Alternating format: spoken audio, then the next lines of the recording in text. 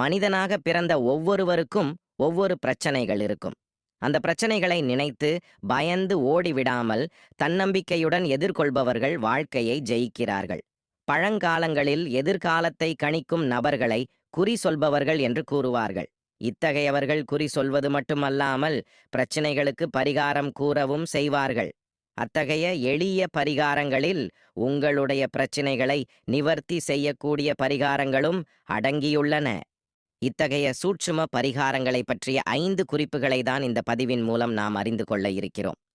எந்த ஒரு பரிகாரத்தையும் நம்பிக்கையோடு செய்யும் போதுதான் பயனளிக்கும்.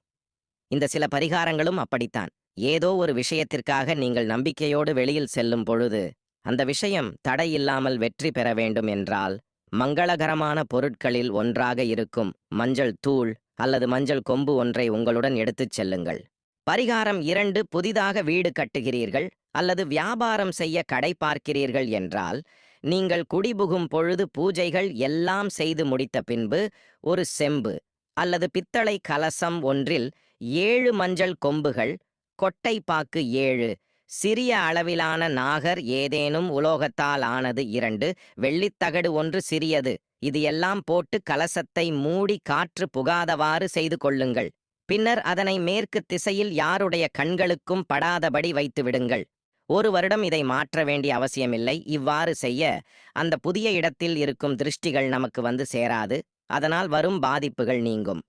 அடுத்து பரிகாரம் 3. வீட்டில் தீராத நோய் தொற்று காரணமாக யாராவது அவதிப்பட்டு கொண்டிருந்தால் அவர்களுக்கு இருக்கும் பீடையை நீக்க ஒரு சிறிய அளவிலான மண் சட்டியில் இனிப்பான மஞ்சள் நிற லட்டு 1 வைத்துக் கொள்ளுங்கள்.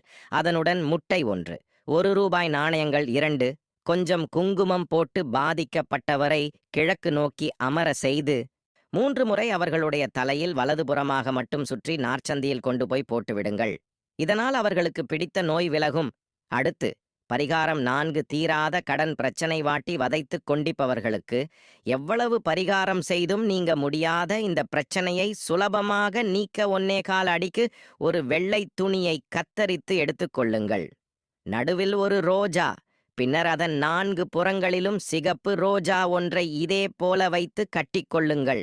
இதை 3 நதிகள் சங்கமிக்கும் ஓர் இடத்தில் கொண்டு போய் போட ஜாதக ரீதியான கடன் பிரச்சனைகள் முற்றிலும் ஒழியும்.